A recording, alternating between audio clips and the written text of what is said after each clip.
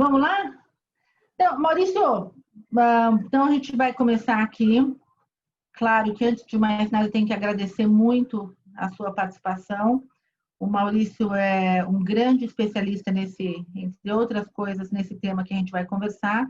Então, eu tenho que agradecer muito para um grupo como o grupo Women Invest, que quer aprender sobre investimentos. A gente agora que a legislação, a regulamentação dá mais um passo, permitindo que investidoras coloquem de uma maneira mais simples dinheiro lá fora, ou em investimentos lá fora. É importante a gente conhecer bem esse mercado. Eu acho que o mercado lá fora tem muita oportunidade, mas, claro, aumenta muito o que a gente tem que conhecer sobre o que a gente está fazendo.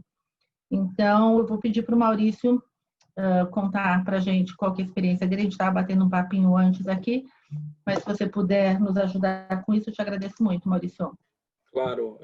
Antes de mais nada, boa tarde a todos. Obrigado pelo convite, pela oportunidade. Um prazer muito grande estar aqui falando com vocês.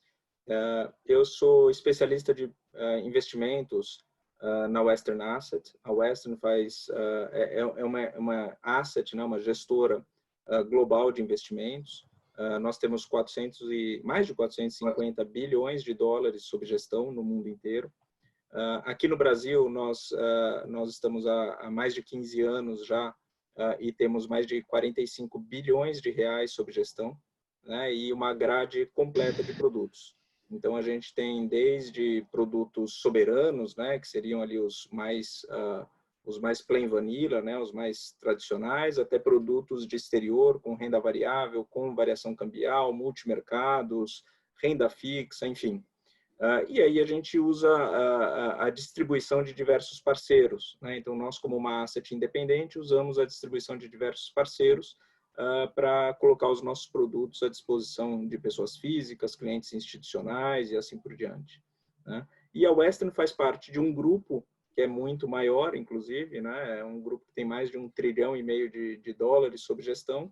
Então, também a gente congrega as experiências e as expertises de diversas casas, né, independentes entre si, também mesmo dentro do grupo. E acho que isso é interessante porque, conforme a gente vai avançando aqui no tema, para falar de BDR, acho que quando a gente falar inclusive do produto que a gente acaba falando um pouquinho de outra casa do nosso grupo. Tá bom?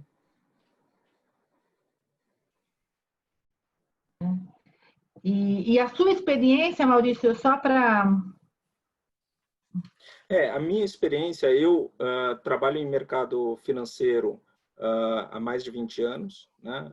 Fui gestor por mais de 15 anos, tanto aqui no Brasil quanto no exterior, né? Com estratégias globais.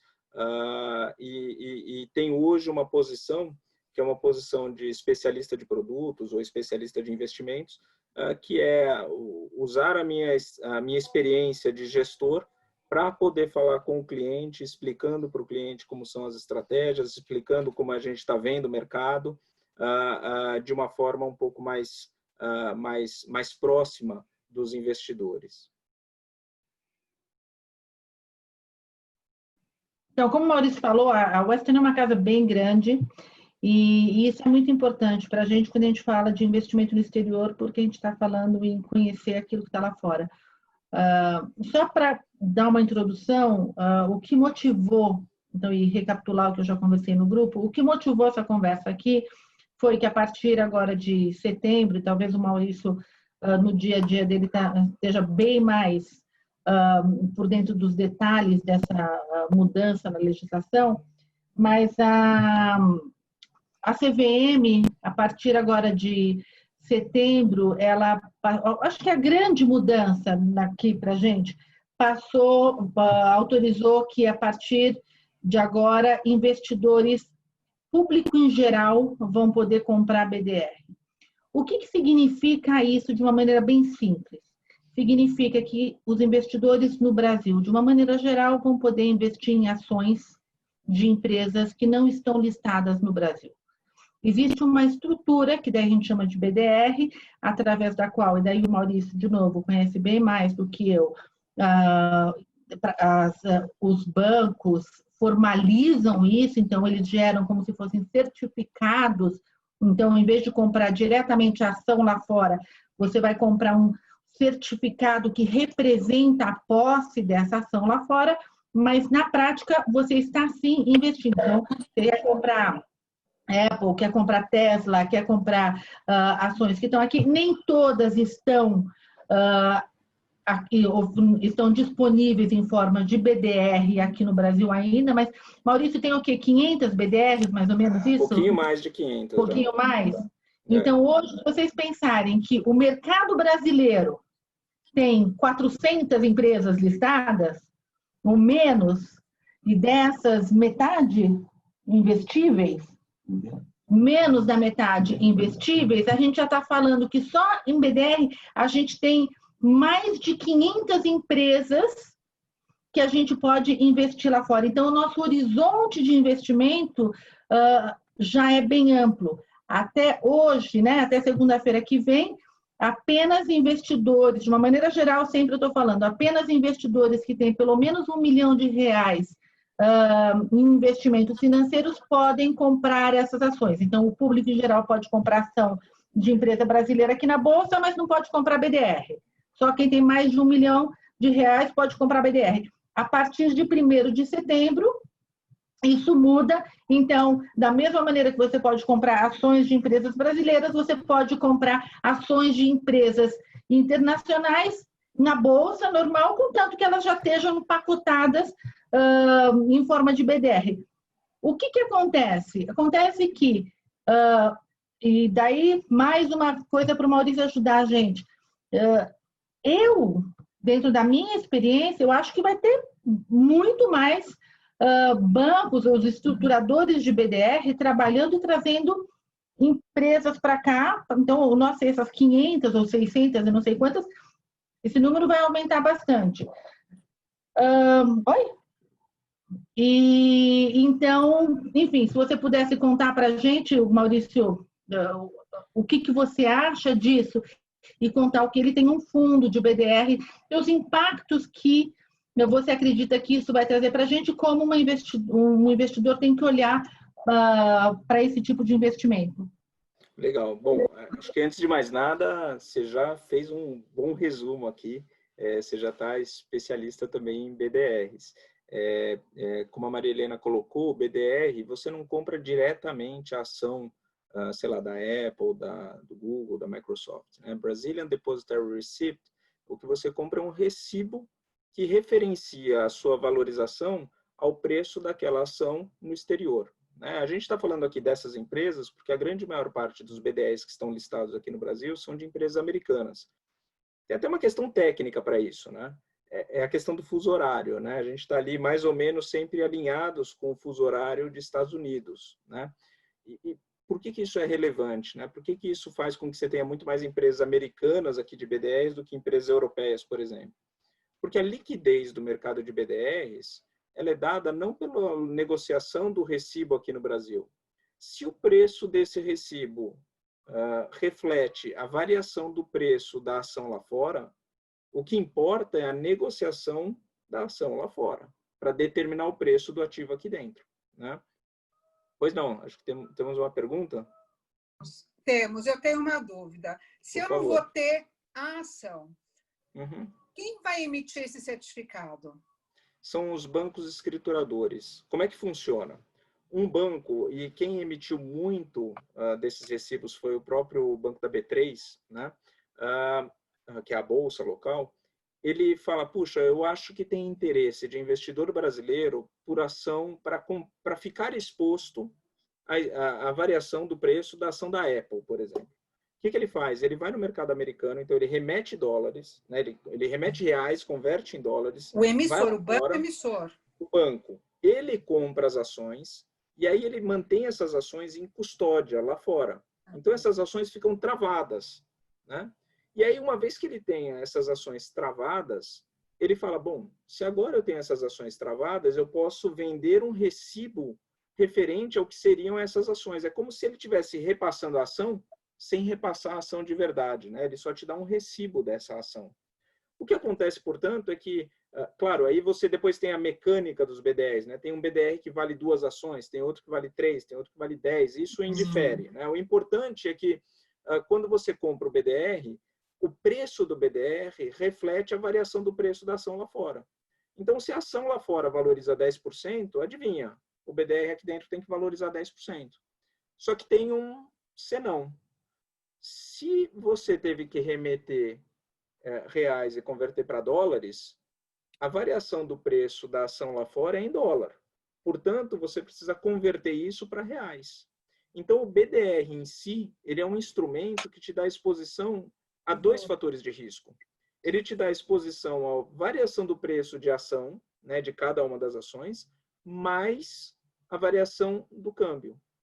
Né? Por que isso é importante? Isso é importante para fins de diversificação.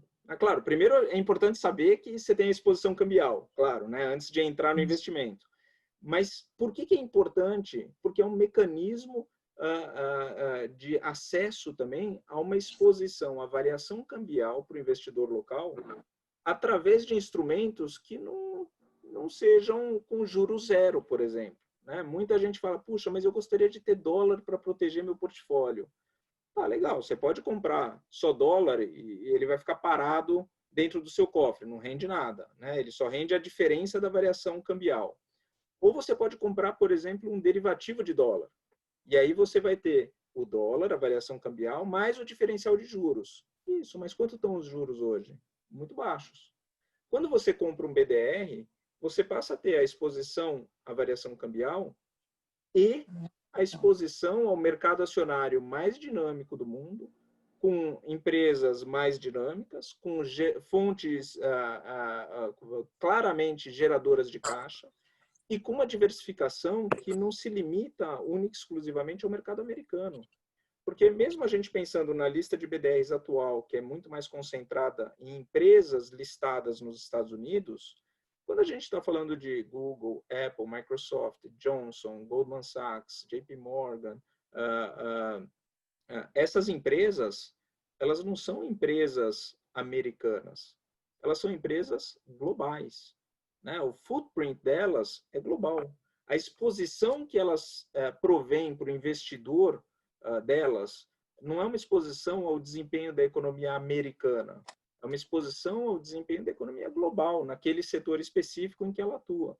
Né? Então, quando a gente sai aqui do nosso mundo de ações, que é o que a Maria Helena estava colocando, né? De ações brasileiras, a gente tem algumas empresas de um porte um pouco maior aqui, né? Mas mesmo as nossas grandes empresas, se a gente compara com as empresas lá de fora, pouquíssimas seriam as empresas que não seriam small caps lá fora. Né? Então, acho que isso é importante. O BDR, portanto, ele é um recibo dessa ação que traz a exposição à variação cambial e deve ser tratado dentro do portfólio do investidor local como uma ação, né? Porque é isso que ele é. Né? Então, é importante também tomar cuidado, porque muita gente enxerga o BDR, e eu acho que enxerga de forma correta, como uma forma de aumentar a diversificação do portfólio. Mas a gente precisa tomar cuidado, porque não adianta você comprar um BDR, né? 2 BDRs, 3 BDRs. Acho que ninguém faz isso na sua carteira de ações local. Né? Ninguém compra, estou investindo em bolsa. O que você tem? Eu tenho ação de uma empresa. Não, você não tem ação de uma empresa. Você monta normalmente um portfólio de empresas. Né? Porque você não quer ficar muito exposto a um risco específico. A mesma coisa, o mesmo cuidado precisa ser tomado no campo dos BDRs. Né? É importante pensar no BDR como mais uma forma de diversificação do portfólio, que pode funcionar para você, em primeiro lugar, se desvincular exclusivamente do risco Brasil. Né? Acho que esse é um primeiro passo. Quando você sai aqui de empresas, de ações locais, veja, não tem jeito. Por mais que você diversifique o setor, você está torcendo para a mesma coisa, que é para o Brasil dar certo. Né? Você está torcendo para o Brasil dar certo no setor financeiro, no setor petrolífero, no setor de commodities, no setor de varejo, não tem jeito. Né? Porque se o Brasil der errado, você vai apanhar em todos esses setores. Então, quando você vai para o BDR, você desvincula pelo menos uma parte do seu portfólio o desempenho da economia brasileira. Né? Porque, vamos lá, por mais que Apple, Google, Microsoft, enfim, tenham exposição à atividade econômica brasileira, a gente representa um pedacinho do faturamento dessas empresas, né? Então, você tem ali uma exposição muito mais diversificada. Esse é o primeiro aspecto. O segundo aspecto é que trazer uma exposição cambial, e aí a gente não fala necessariamente só de BDR, né? Mas trazer uma exposição cambial para dentro do portfólio do investidor, a meu ver, também faz sentido. Porque quando a gente olha para um portfólio, é isso que interessa, né, para o investidor. A gente, como, né, muita gente fala, puxa, brasileiro não sabe investir. Eu digo, mentira, brasileiro sabe investir. A 14% ao ano de Selic que a gente tinha, a melhor opção, a única opção que você tinha era realmente deixar o dinheiro na Selic. Se o investidor japonês tivesse 14% ao ano, ele também deixaria o dinheiro dele parado no título público dele. O alemão, a mesma coisa. O americano, a mesma coisa. Eles só vão para outros mercados, para outros instrumentos, porque eles tinham taxa de juros muito mais baixas há muito mais tempo do que a gente. Então, hoje, a própria regulamentação, né, a CVM, como a Maria Helena falou, permitindo aos investidores brasileiros investirem em BDRs, eu acho que é um reflexo, é muito mais um sintomático, né? Muito mais uma expressão de um sintoma de uma necessidade de diversificação dos investidores locais. E quando você, então, traz o câmbio para dentro do portfólio, ele funciona como um contrapeso para Risco Brasil. Porque se a gente para pensar, normalmente o que acontece, né, naquela torcida, né, nós como brasileiros temos que continuar torcendo para o Brasil dar certo. Mas nós, como investidores, não podemos ficar dependendo de torcida, né? A gente precisa pensar de forma racional e pensar do ponto de vista teórico o que faz sentido. E quando a gente olha para um portfólio de um investidor local que seja muito baseado em Brasil, e aí por Brasil a gente pode ter bolsa, NTNB, pré-fixados, crédito, tudo isso está atrelado a Risco Brasil. Quando há um aumento de percepção de risco relativa a Brasil, normalmente o que acontece é que o câmbio anda, né? Então, normalmente a gente vê uma desvalorização do câmbio, não é sempre e não necessariamente na mesma proporção, mas muito frequentemente é isso que acontece. Então, se você tem o câmbio como um contrapeso, como um seguro para o seu portfólio, a próxima pergunta que normalmente fariam é: tá, mas eu devo entrar a este nível de câmbio? Aí eu te digo, se você pensa nele como um contrapeso, como um seguro, tanto faz o nível do câmbio, concorda? Porque o nível do câmbio vai estar ajustado ao nível da bolsa, vai estar ajustado ao nível do pré, vai estar ajustado ao nível da NTNB. Portanto, se você tem um portfólio que tem todos esses ativos, você já está exposto a esse risco Brasil e deveria ter ali uma proteção, né? Se você pensa no seguro, é como quando alguém compra um carro zero. Acho que quem compra ali um carro importado zero dificilmente sai da loja sem o seguro. Agora, não é porque você fez o seguro que você também torce para bater o carro no primeiro dia só para poder usar o seguro já que você fez, né? Então, acho que isso é importante. Você tem que pensar no seu portfólio como um todo. O ideal é que o câmbio recue. Por quê? Porque você tem a maior parte do seu portfólio em Brasil, que se o câmbio está recuando é porque o Brasil está dando certo. E se o câmbio está recuando e o Brasil está dando certo, é porque provavelmente lá fora está dando certo também. Porque se lá fora tiver um azedume, o Brasil não sobrevive sozinho. E se lá fora está dando certo, muito provavelmente, adivinha o que está acontecendo com a bolsa lá fora? Deve estar andando. Então, por mais que o câmbio esteja recuando, é bem possível que a bolsa lá fora esteja andando. Então, uma coisa vai compensando a outra ao longo do tempo. Então, acho que é interessante e é importante pensar, e é isso que o brasileiro agora, como investidor, vai ter que começar a amadurecer, né? É não pensar mais em investimentos estanques, né? Não adianta mais você olhar para um único investimento. Não existe a bala de prata, né, que vai resolver todos os problemas. Não adianta falar, nossa, agora tem BDR, quer saber? Já sei, eu vou comprar 100% do meu portfólio em BDR de Apple, porque olha só quanto ela subiu. Mas aqui, assim, também já subiu, né? Você quer ficar 100% exposto ao câmbio, 100% exposto a uma única empresa? Acho que não. Então, aí é que entra a questão da diversificação. E aí depois a gente pode falar mais, conforme a Maria Helena vá conduzindo aqui a conversa sobre como é que a gente vê um portfólio interessante de BDRs. Eu não vou conduzir nada, você que vai conduzir. Eu só dou palpite, falo, mas quem vai conduzir é você. Isso daí é... Então tá bom. Então, estou aprendendo muito. Continua lá, por favor. Então tá bom. Eu acho que uma das coisas que eu acho que é interessante, e aí ela até comentou, né? A gente tem um portfólio de BDRs hoje, né? Por que isso é interessante? Porque, olha só que coisa curiosa, né? Pela CVM, o investidor, para comprar um BDR específico, precisava ser um investidor qualificado, como ela falou na introdução, até agora, o final desse mês, né? No começo do próximo mês, na primeira semana, se não me engano, aí que passa para investidor de varejo. Mas fundos de BDR são disponibilizados para investidores de varejo. E nós temos um fundo de BDR, né? E não sei se vocês se lembram no início da conversa, eu comentei, puxa, olha, a gente faz parte de um grupo maior, né? E por que isso é interessante? Porque a Western tem no mundo 450 bi de dólares sob gestão, mas lá fora, quem faz a gestão de renda variável nos Estados Unidos é outra empresa do grupo que chama ClearBridge, que por sua vez tem 150 bilhões de dólares, então também é um colosso, né? Menor do que a Western, mas é um colosso. E ela é focada em empresas americanas, então ela tem diversas estratégias de ações no mercado americano. E aí, como somos empresas do mesmo grupo, fizemos uma parceria e, portanto, eles nos ajudam com a pesquisa de BDRs. Por que isso é relevante?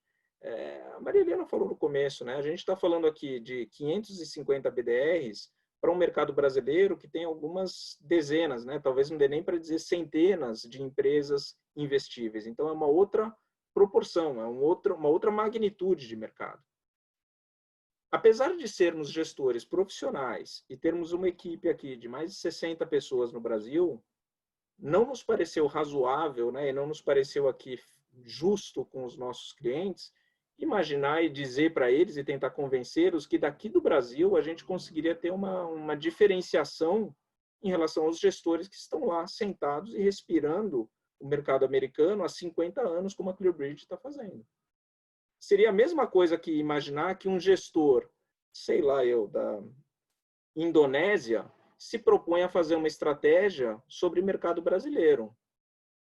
Eu não sei se eu compraria uma estratégia de um gestor da Indonésia sobre o mercado brasileiro. Eu tenho um monte de gestor brasileiro aqui vivendo, respirando, entendendo e fazendo isso de forma me parece com mais propriedade, né? Então a gente fez essa parceria com a ClearBridge e eles montam um portfólio modelo para a gente com base nos BDRs listados, né? Porque também não adianta a gente pegar, então falar, puxa, quer saber? Já que eu tenho essa lista de BDRs, deixa eu pegar aqui qual é a estratégia lá fora que está rendendo mais no mundo inteiro. Eu vou pegar o que não tem de BDR e aí eu repondero, né? Eu tiro o que não tem BDR e repondero. Isso, mas se eu acabar retirando um setor inteiro? E se eu acabar tirando uma empresa que esteja funcionando ali como um contrapeso para uma outra empresa porque elas são competidoras dentro de um mesmo setor? Como é que funciona? Né? Porque, de novo, você não pode olhar caso a caso, você precisa olhar caso a caso para entender o que cada ação representa, mas o investimento tem que ser olhado no seu conjunto, como um portfólio, né? Então, isso que é interessante, a gente passa a lista de B10 para eles, eles olham essa lista de B10 e montam um portfólio para a gente que faça sentido. E quando a gente olha historicamente, a gente tem aqui um portfólio desde 2014 que vem entregando um retorno sensacional, essa que é a verdade, né? Olhando aqui, por exemplo, a gente ainda não terminou o mês de agosto, mas quando a gente olha, por exemplo, no acumulado deste ano de 2020 até o final de julho, para um S&P com a variação cambial de 31%, então o desempenho do mercado americano mais a desvalorização do real no período de 31%, o fundo está entregando 44%.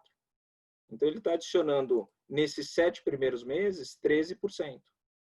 Quando a gente olha e fala, puxa, mas isso então é só por conta de alguma aposta específica que se deu bem por conta do desempenho da Bolsa Americana em função da crise.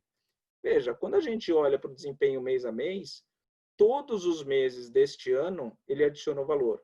tanto nos meses em que a bolsa foi positiva, quanto nos meses em que a bolsa foi negativa. O que significa que a escolha dos papéis é que adicionou valor, né? Não foi só uma questão de, puxa, que sorte que eu tinha esse papel e ele se deu bem nesta crise que ninguém conseguia antever e ninguém sabia que ia acontecer. Realmente, ninguém tinha bola de cristal, né? É aí que entra justamente a função da pesquisa, né? Da visão fundamentalista e da montagem de um portfólio que seja equilibrado. Então, o que eu estava colocando, a CVM vai liberar para investidores, em geral, a aplicação nos BDRs individuais, mas hoje os fundos de BDR já são disponibilizados para investidores em geral. Então, esse nosso fundo hoje passou de 1,6 bilhão, tem algo como quase 65 mil cotistas já dentro do fundo. E vem com um desempenho, e acho que é isso que é importante, né? Vem com um desempenho de adição de valor muito forte ao longo do tempo. E isso só é possível mediante a diversificação do portfólio e a equipe de gestão que vem conseguindo adicionar valor de forma recorrente e montando um portfólio que faça sentido ao longo do tempo, né? Então, só para usar como comparação, o que a gente sempre fala, fundo de BDR e tal, eu gosto sempre de estressar que BDR é só o veículo. Então, um fundo de BDR aqui é equivalente a um fundo de ações de Brasil. Então, a gente está falando aqui, comparando gestão passiva, que seria o índice lá de fora. Então, aqui a gente tem fundos de ações que investem em ações brasileiras. A gente compara, por exemplo, com o Ibovespa. E daí o Maurício fez uma comparação de um fundo onde ele coloca dentro de um critério, que é o que os gestores aqui também de fundos brasileiros fazem. Então, dentro desse critério de análise, eles montam uma carteira e daí vão comparar o quê? Tem que comparar com o referencial lá de fora, ele está comparando com o S&P.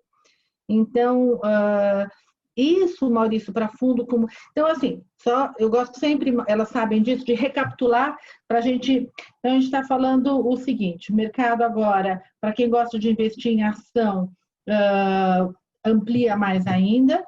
Está sendo discutido muito que a liquidez deste mercado vai aumentar. O que você acha disso, Maurício?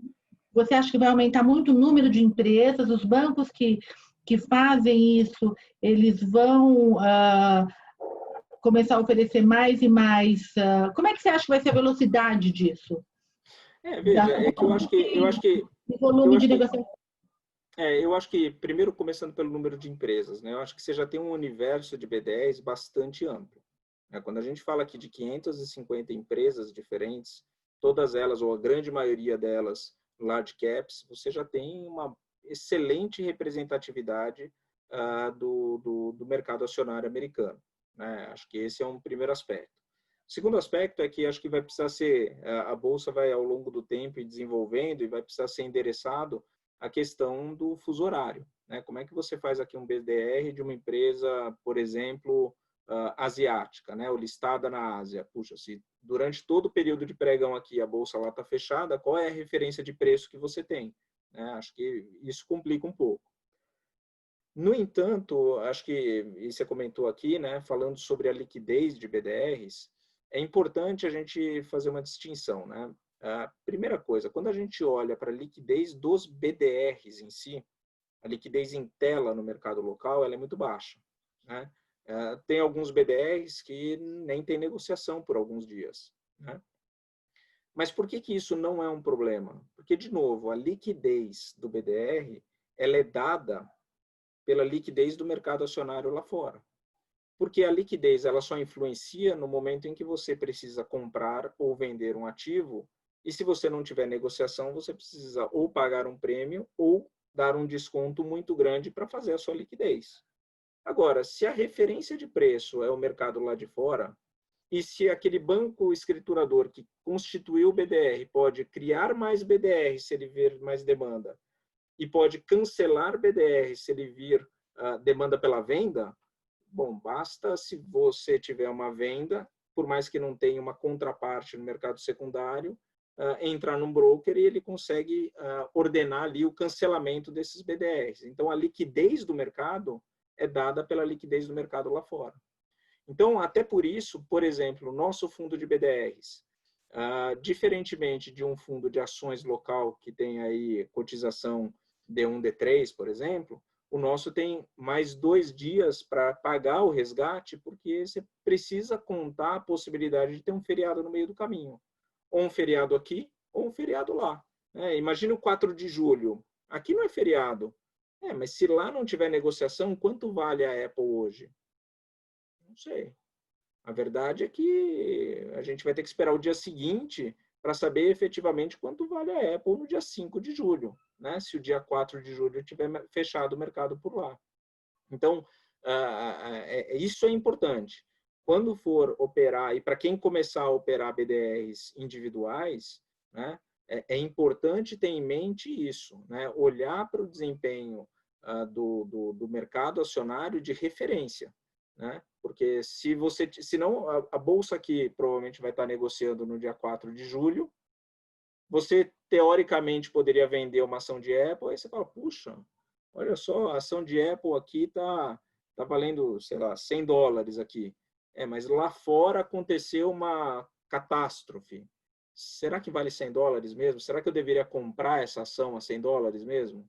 Será que no dia seguinte, quando o mercado acionário americano abrir, será que ela não vai estar valendo $80 e não mais os $100? Então, isso é importante, né? Para quem vai negociar o BDR de forma individual, é importante ter como referência o preço e a negociação dos ativos lá fora. Então, Maria Helena, eu acho que o que vai acabar acontecendo é que a liquidez em tela do BDR provavelmente vai aumentar. Certamente, a Bolsa está trabalhando já, eu tenho certeza disso, até conversei com o pessoal da Bolsa, eles estão trabalhando, é do interesse deles, tornar o BDR mais acessível também para a pessoa física. Porque o que acontece é o seguinte, na medida em que o BDR representa um número de ações lá de fora, muitas vezes tem BDR que representa mais de uma ação. E muitas vezes o valor da ação lá fora já é muito grande. Ainda mais quando você converte para reais. Tá, explica aí mais detalhes, só para, enfim, que agora ficou... Dá algum exemplo, sei lá, eu poderia dar o exemplo da Tesla, mas não vou dar. Foi uma coisa mais... Eu queria também pedir uma ajuda, que é o seguinte, você estava falando da ação individual. Eu gosto que a Marilena fala assim, quando você vai num fundo, tem um monte de gente que só faz estudar isso. Então, eu acho que é mais fácil a gente começar com o fundo, mas justíssimo você falar da ação individual. E eu queria saber, na parte, o processo efetivo, você vai falar de preço de ação, a conversão, tudo. Eu queria saber o processo, assim, quantos dias para eu ter esse certificado, para ele ser meu? A negociação é idêntica à de uma ação na Bolsa. Tá, mas é a mesma coisa. Eu desconheço da mesma forma. Entendi. É a mesma coisa que negociar uma ação qualquer na Bolsa. Assim, quantos dias para entrar e quantos dias para sair? Entendeu? Nenhum dia para entrar, nenhum dia para sair da exposição, você sai no momento que você executa a venda. Para entrar na exposição, a partir do momento que você colocou uma ordem de compra e ela foi fechada, você já está exposto àquele papel. Né? Então, se você comprar o papel, 5 minutos depois a empresa falir, você já perdeu o seu dinheiro. É isso. Espero que não aconteça. Agora, quando que você paga? É sempre em D2. Né? Então, você não pagou. Mas a empresa já faliu. Mas você já comprou. Já é seu. O papel já é seu. Né? A mesma coisa para venda. Se você vender o papel, você recebe em D2. Mas eu ainda não recebi. Em D1 a empresa faliu. Problema de quem comprou a ação. Entendeu? Então, esse é o ponto. A exposição é no momento que você dá o fechado na operação.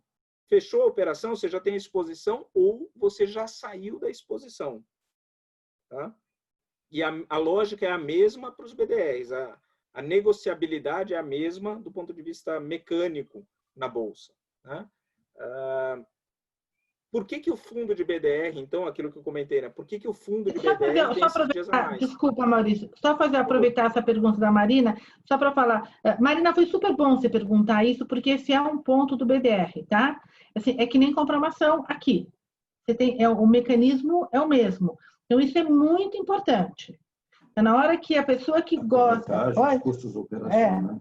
É tudo igual. Então, assim, qual que é a grande coisa... o aquário onde você pesca, se você gosta de investir em ações, se você quer investir em ações, né, o investidor de varejo, ou seja, todo mundo que quer, hoje tem a partir da semana que vem, vai ter um aquário maior. Vai ter o aquário das ações brasileiras e vai ter o aquário das ações que já estão empacotadas via BDR. E pelo menos, e daí foi o que eu perguntei para o Maurício, que ele está respondendo. Além disso, como é que a gente acha que este aquário, porque o aquário ele precisa ser alimentado. Os bancos que cuidam disso vão precisar emitir BDRs e colocar esses BDRs dentro desse aquário para nós daqui do Brasil entrarmos na bolsa e comprarmos as ações que a gente quiser, tá? Eu tenho uma pergunta. Será que a gente vai ter a mesma agilidade dos aplicativos? Tipo, não sei como é que vai funcionar isso, se a gente precisa aplicar em dólar. Eu não sei como é que é a prática. Você tem um aplicativo, vai lá e compra? A prática, veja, eu não sou de uma corretora, né? Então eu não sei também. Eu não tenho um home broker. Eu sou o gestor de fundos, né? Mas você monta uma carteira. Eu monto uma carteira e faço a gestão de fundos, né? Inclusive de um fundo de BDRs. E aí a gente vende o fundo, que é um pacote fechado, vende o fundo para investidores que queiram comprar esse fundo, né? Quer seja através de corretoras, quer seja através de plataformas eletrônicas, enfim, a gente tem aqui no Brasil algo como 350 fundos diferentes, são 350 estratégias diferentes, né? De DI, soberano, de crédito, renda variável local, renda variável no exterior, multimercados locais, multimercados no exterior, enfim, uma gama enorme. Como é que funciona? E aí aqui eu estou dizendo, provavelmente, né? Como é que eu imagino que vai funcionar a negociação para a pessoa física do BDR? Você vai entrar no home broker, assim como você faria para comprar uma ação de Petrobras, ao invés de pegar o ticker da Petrobras, né, o código da Petrobras, você vai pegar o código do papel do BDR. Não é o código da Apple, né? Você vai pegar o código do BDR de Apple, que é diferente da Apple, porque você não está negociando Apple, você está negociando BDR de Apple. E aí você não remete reais, você não vai fazer câmbio, você não faz nada. Alguém já fez isso para você, que é o banco escriturador que emitiu o BDR. Entendeu? Então, por isso que é a facilidade do BDR. Essa que acho que é a beleza do que a Maria Helena está dizendo aqui, é assim, vai ser tão fácil quanto comprar uma ação de Petrobras, comprar uma ação de Apple. Hoje, se você quisesse comprar uma ação de Apple, você teria que remeter dinheiro, fazer um cadastro numa corretora lá fora e aí comprar a ação da Apple lá fora, custodiar lá fora. É uma trabalheira enorme. Posso fazer uma pergunta em cima disso? É a Ana. Fala, Ana. Pergunta, se você, vamos supor, a ação você tem aí no meio um banco, né, no meio do BDR, a hora que você está comprando a ação, né, um banco, sei lá quem é.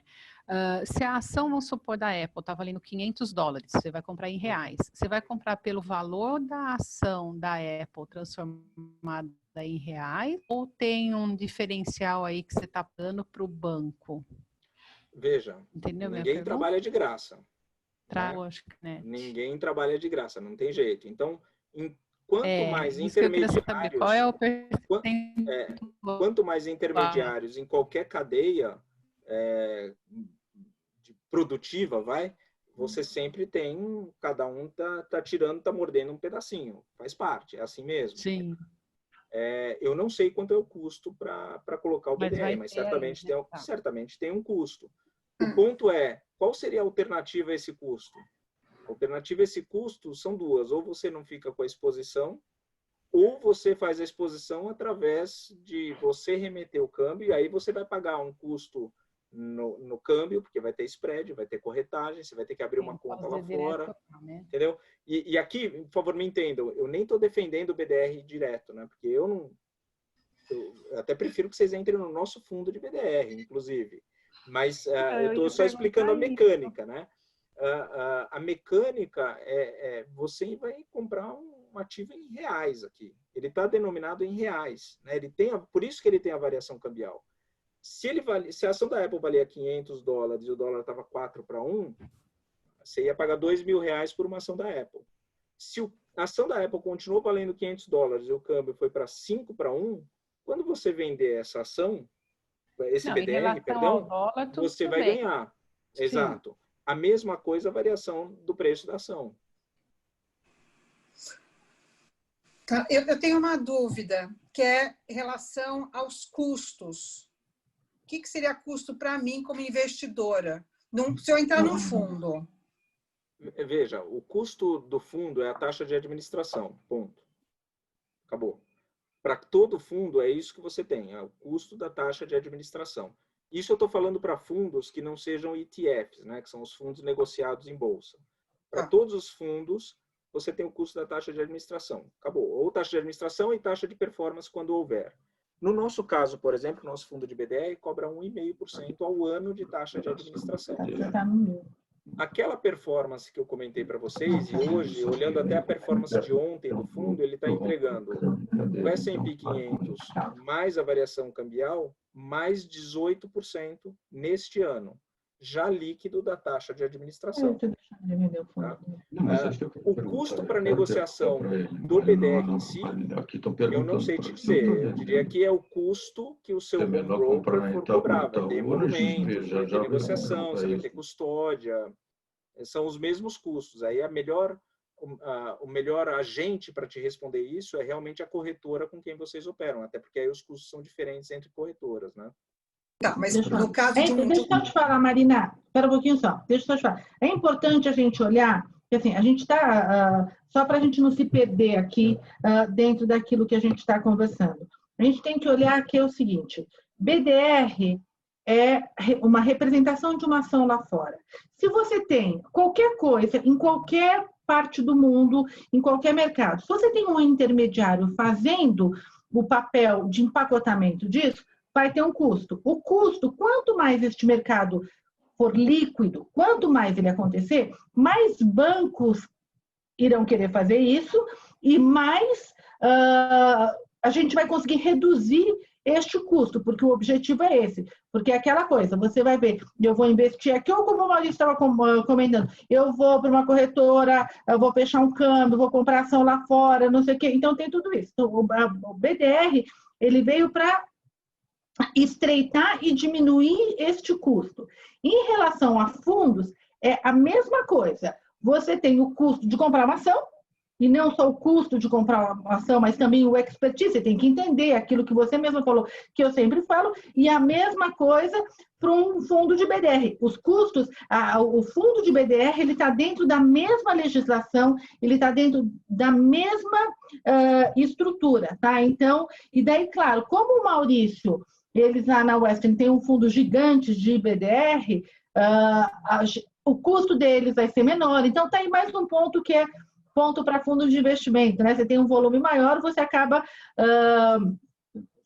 tendo custos operacionais mais baixos. Eu sou assumidamente, Maurício, enviesada para gestão ativa, tá? E usar, eu sou, assim, eu assumo isso.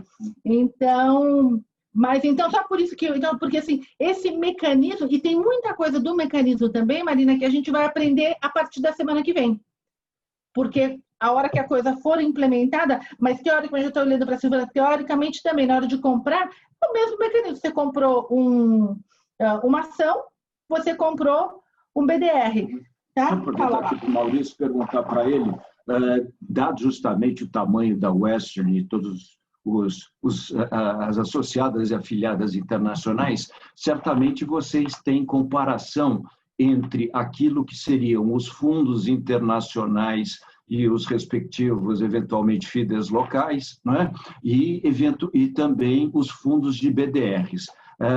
tentando aproveitar justamente essa análise que vocês fizeram, quais seriam as vantagens e desvantagens de ter um fundo de BDRs negociados aqui no Brasil contra um feeder local de um fundo gerido lá fora?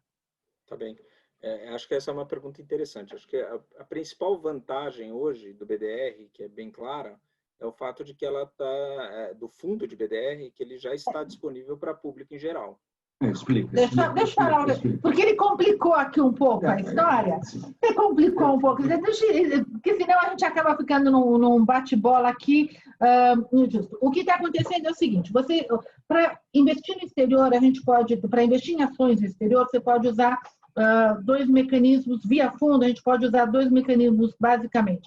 A gente pode ter um gestor aqui, sentado no Brasil, que compra os BDRs, ou seja, não compra... é o caso porque eles compram lá fora. Então, quer dizer, a equipe de gestão está lá não, fora. Não. Eles compram BDR. A tomada de decisão está lá fora. Mas a operação está aqui. Isso. Então, não vamos complicar. Peraí, não vamos complicar. Então, a gente tem uma coisa. Eu não estou falando de quem está analisando. Estou falando do mecanismo. Você pode ter a caixinha, eu sei. A caixinha está aqui, e daí você pode ir na bolsa aqui e comprar o que está disponível, que o Maurício falou que é o que eles fazem. E por isso é diferente de você comprar o fundo lá fora, porque o aquário lá de fora é maior, tá? Mas é isso que eu perguntei para ele. Quer dizer, eu só estou explicando a diferença do feeder e do direto para elas.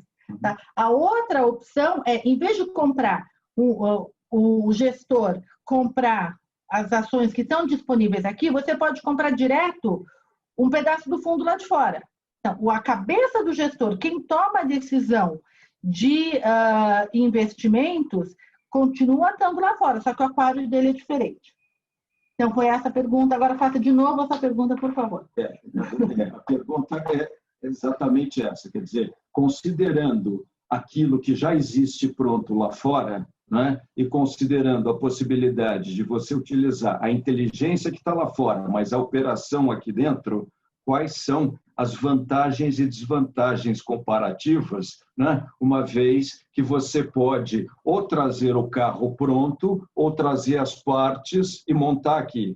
É essa a diferença. Tá bom. Vamos lá. Acho que a principal diferença para o investidor local é o fato de que o fundo de BDRs é disponível para investidor em geral. Um fundo de exterior, hoje, é disponível apenas para investidores qualificados, né? Então, você precisa ter lá R$1 milhão em mercado financeiro para poder investir. Então, se eu tivesse exatamente a mesma estratégia que eu tenho implementada aqui no BDR, num fundo lá fora, eu poderia empacotar via um fundo local que compra cotas desse fundo lá fora, mas só investidores qualificados poderiam comprar. Esse é um ponto. O segundo ponto é o seguinte: eu não tenho como fazer uma comparação direta entre a estratégia de BDR que eu tenho e as demais estratégias, porque essa estratégia de BDR é customizada, né? Ela está restrita à lista de BDRs, que é um pouco do que a Maria Helena falou. Puxa, lá fora eles têm mais do que 550 empresas, né? Não tem só 550 empresas. Até porque quando a gente foi definir o mandato, né? Eu como a pessoa responsável por produtos aqui, quando eu fui discutir com essa empresa irmã nossa, que é a ClearBridge, para definir um mandato, o que eu queria fazer, né, que tipo de produto eu queria, se era um produto mais agressivo, um produto mais conservador, o que a gente falou é, puxa, eu quero um produto que consiga adicionar valor em relação à média do mercado acionário americano. Então, eu quero um produto com gestão ativa e mais concentrado, né? Porque acho que a gente não precisa ter aqui os 500 papéis do S&P 500, né? Acho que a gente precisa prover aqui uma fonte de diversificação importante para o investidor local. Como que a gente pode dar essa fonte de diversificação? Lembra, a gente falou bastante sobre diversificação no início.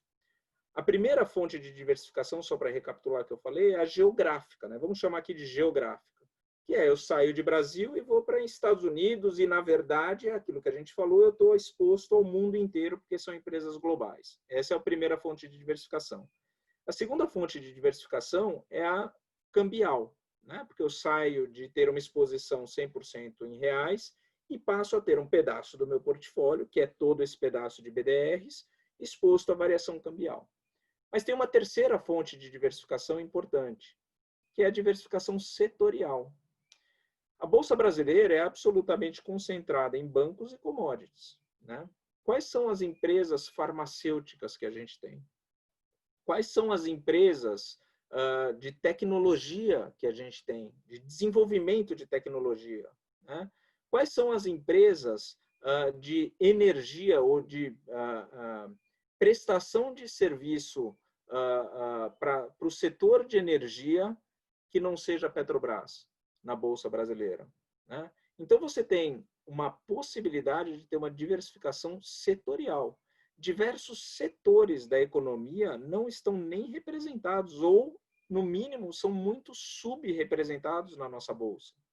Então, quando você vai para uma Bolsa muito maior do que a Bolsa Brasileira, que é a Bolsa Americana, você tem muito mais representatividade. Então, você consegue adicionar num só produto a exposição a outra região, a outra geografia, né? Portanto, a outro mercado, a diversificação de moedas e a diversificação setorial para o portfólio. Então, por isso que a gente, quando montou o portfólio com eles, o desenho do portfólio, a gente falou, a gente quer um produto que seja um pouco mais concentrado.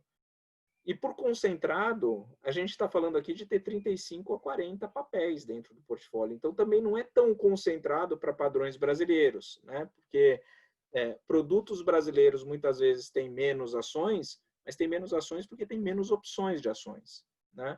Então, a gente tem aqui um produto que não tem um comparável lá fora, né? Mesmo dentro dos 150 bilhões de dólares que a ClearBridge faz gestão, ela não tem uma estratégia igual a essa que a gente tem, né? Ela tem algumas coisas que são parecidas, né? A mesma filosofia de investimento, etc., mas não tem uma estratégia que seja idêntica, porque a gente customizou essa estratégia.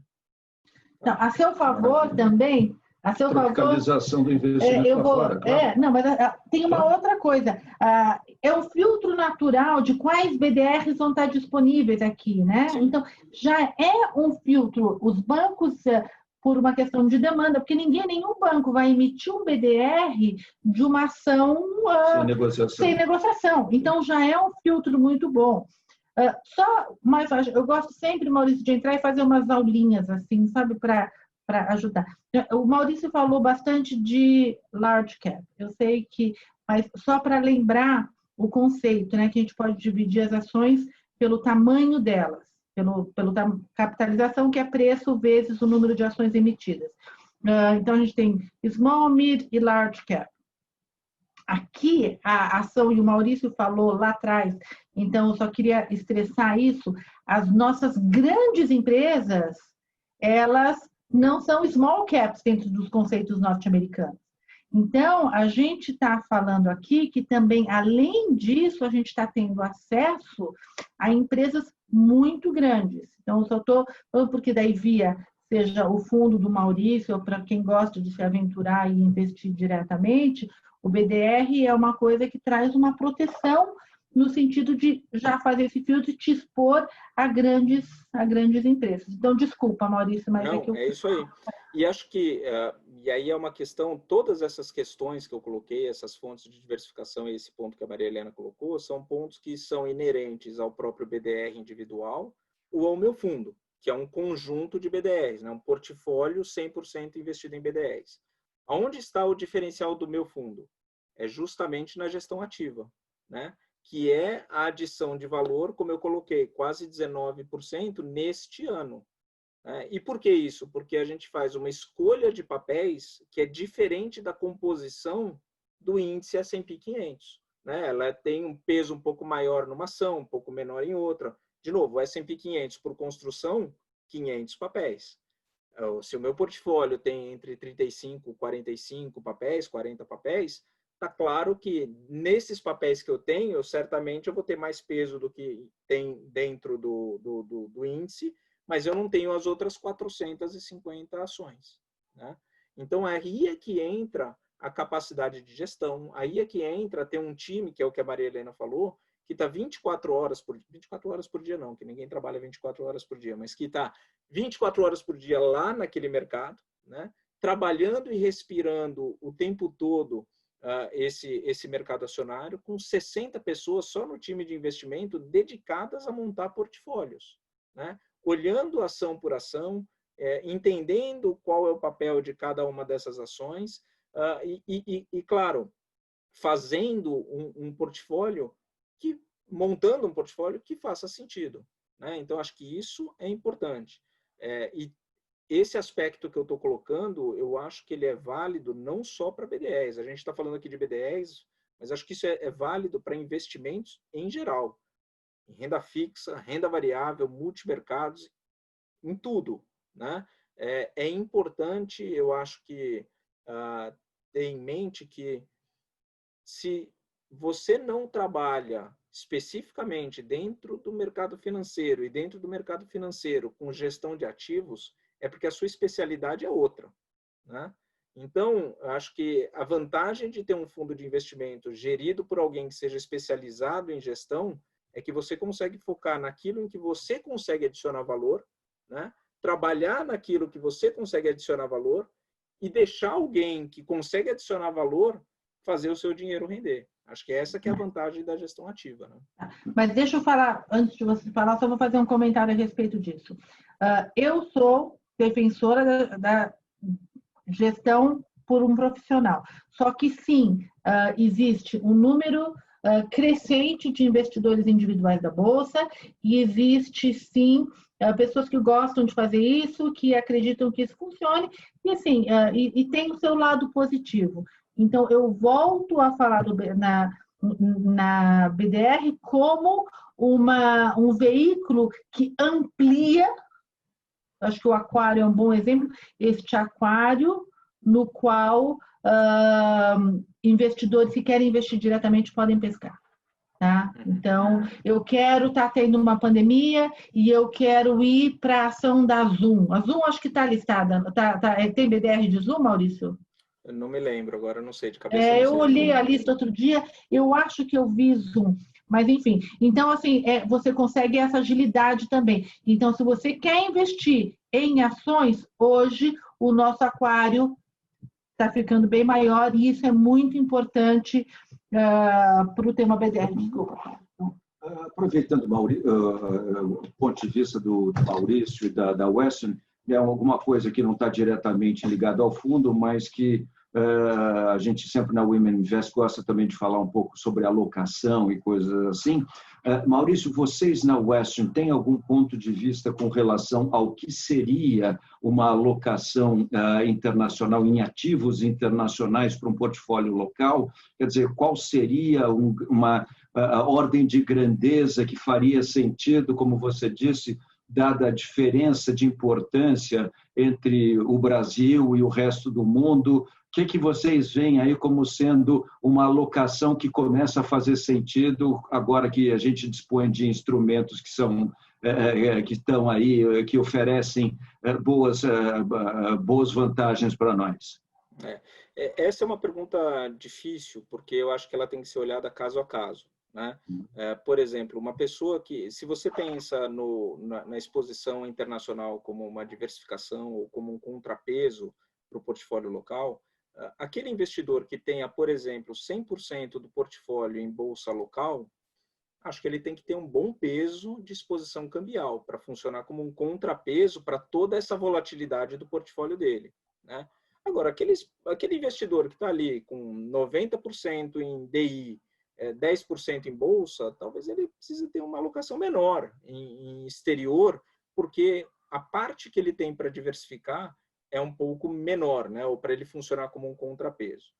Acho que o exemplo do aquário é interessante e acho que é legal a gente pegar isso de novo, que é o seguinte, eu às vezes brinco, né?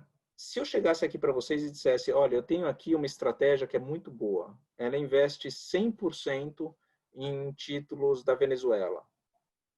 Eu acho que, eu vi algumas risadinhas, eu acho que ninguém se sentiria muito confortável em investir 100% dos seus recursos em Venezuela, né? Aí eu me pergunto, será que se eu fosse vender um fundo 100% de ações e ativos brasileiros para um alemão, ele se sentiria confortável em colocar 100% dos recursos dele em Brasil? um país que não é grau de investimento, um país que tem um problema fiscal tremendo, a gente está passando por isso nesse momento. Vira e mexe, a gente tem uma questão política, a gente tem um problema crônico de falta de crescimento econômico. Será que o alemão, ou o inglês, ou o japonês, ou o americano se sentiria confortável em investir 100% do recurso dele em Brasil? Acho que não. Então, por que nós, brasileiros, deveríamos nos sentir confortáveis em ter 100% dos nossos recursos aqui? Né?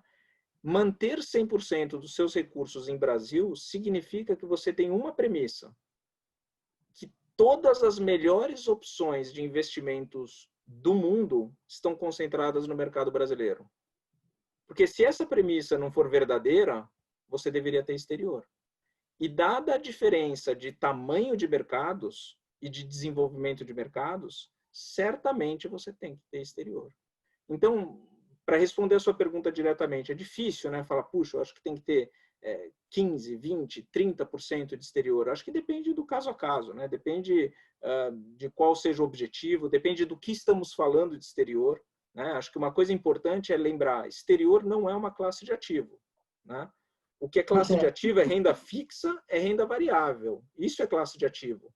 Se você acha que você tem que ter 40% em bolsa, a próxima pergunta é, tá, mas quanto desta bolsa é bolsa local e quanto desta bolsa é bolsa no exterior?